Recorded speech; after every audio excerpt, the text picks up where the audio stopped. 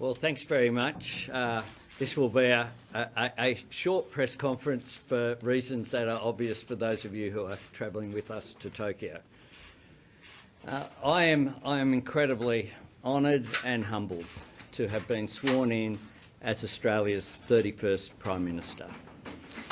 Australians have voted for change, and my government intends to implement that change in an orderly way.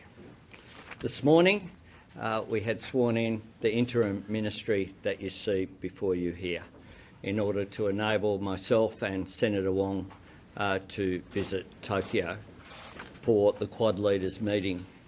In Tokyo, we'll also have important bilateral meetings with President Biden, Prime Minister Kishida and Prime Minister Modi. I received a phone call last night and had a very fruitful and positive conversation renewing my acquaintance with President Biden. The relationship with the United States is our most important, along with our relationships in the region and our multilateral commitments as well.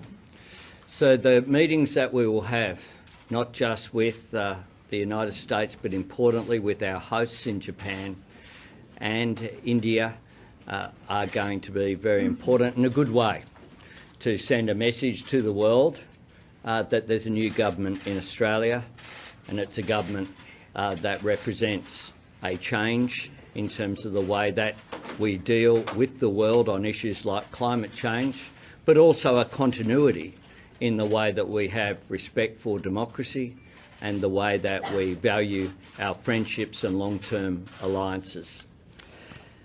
The caucus will then meet next Tuesday.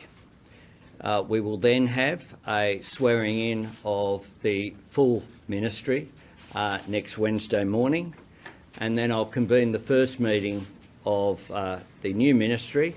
We just had an informal meeting of this group.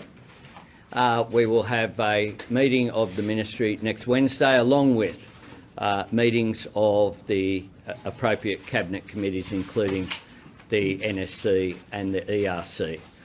Those arrangements, I met with the Department of Prime Minister and Cabinet yesterday, and I thank them for their professionalism. It was a reminder, as a former Deputy Prime Minister and Minister, of how valued our public servants are. We won't be sacking public servants either. We'll be valuing public servants and respecting them. And the fact that we're able to have discussions and put measures in place to allow whatever the outcome of the result on Saturday for those arrangements to be put in place says a lot about how professional our public service are. We should not take it for granted. We will return on Wednesday and set about implementing our agenda that's received the endorsement of the Australian people, our National Reconstruction Fund, our Powering Australia plan to deal with the opportunities that come with acting on climate change, our full implementation of the Respect at Work report recommendations, affordable childcare, fixing the aged care crisis, strengthening Medicare. I said on Saturday that the how was just as important as the what, and indeed it is. I want to bring people together, and I want to change the way that politics is conducted in this country. We will establish a National Anti-Corruption Commission. I've asked for that work to begin already. I'll bring together an employment summit, and I thank those people in the business community and in the trade union movement for the discussions that we've had already about the way that that can be progressed. And we will, of course, be advancing the need to have constitutional recognition of First Nations people, including a voice to Parliament that is enshrined in that Constitution. I look forward to leading a government that makes Australians proud, a government that doesn't seek to divide, that doesn't seek to have wedges, but seeks to bring people together for our common interest and our common purpose. I think that's one of the messages that came through on Saturday. People do have conflict fatigue. They want to work with people, and I'll work with people, whether it's the crossbenchers or the opposition, to try to, wherever possible, get agreement. It's the way that I ran the Labor Party from the day that I became Labor leader, not opposition leader. And I do believe that we can do politics better, and I hope to do so. Happy to take just a few. We'll take just a few. James. Congratulations, first of all, on your win. What will you do, Prime Minister? Have you had discussions already about, because you don't have a majority, have you had discussions with the crossbench and minor parties about confidence in supply? Thanks for that question. I'm hopeful that we will receive a majority of members of the House of Representatives at this stage.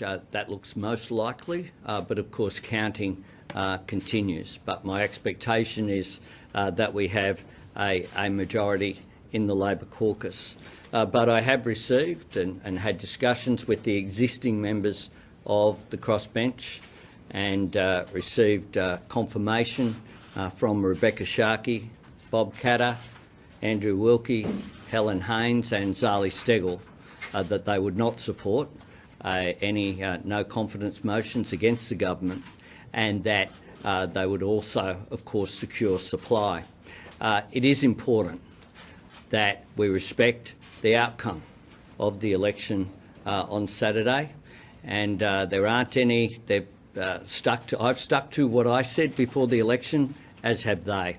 They will consider legislation on its merits. I expect that to be the case. I will treat them with respect. Prime Minister, when do you want Parliament to resume, and how are you feeling? Are you ready?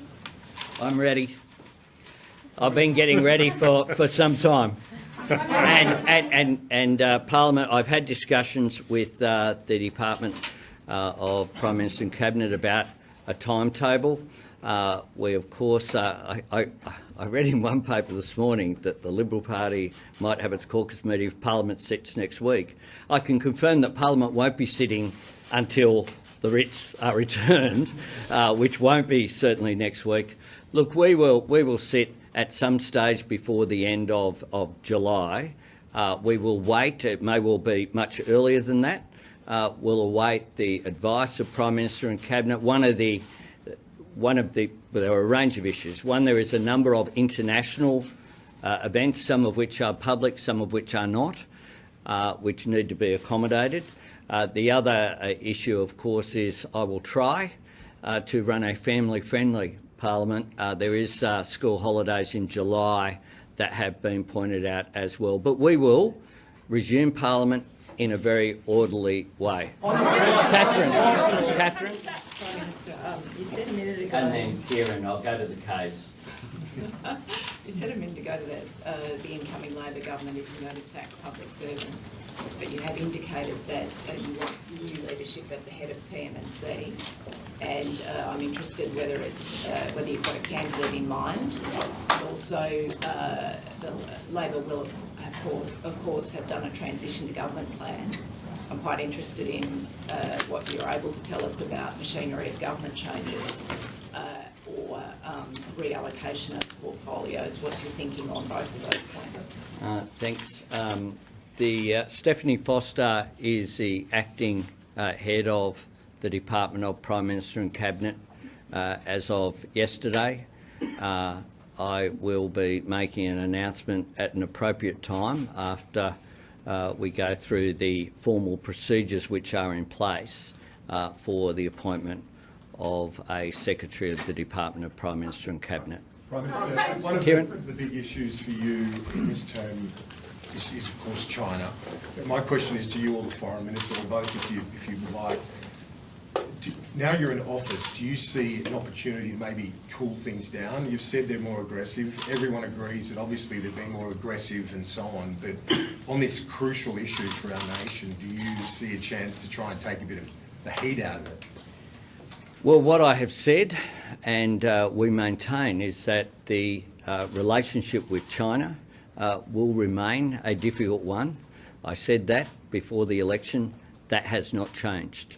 It is China that has changed, not Australia, and Australia should always stand up for our values, and we will in a government that I lead. That having been said, you will not get the call earlier because you yell, okay? Like, can we just, on day one, get that clear? Can I make the point, though, that what we should do is put Australia's national interest first and not attempt to play politics with national security issues. I think we saw some politics played with national security issues on Saturday afternoon, and there are millions of Australians who received text messages on Saturday afternoon that demonstrate that that is the case. What I will do, as the Prime Minister and my Foreign Minister, Senator Wong, will do, is put Australia's national interests first, put Australia's values first, and now, on that note, speaking of overseas, we have a plane to catch. Thank you very much. Thank you very much. See you there. See you there.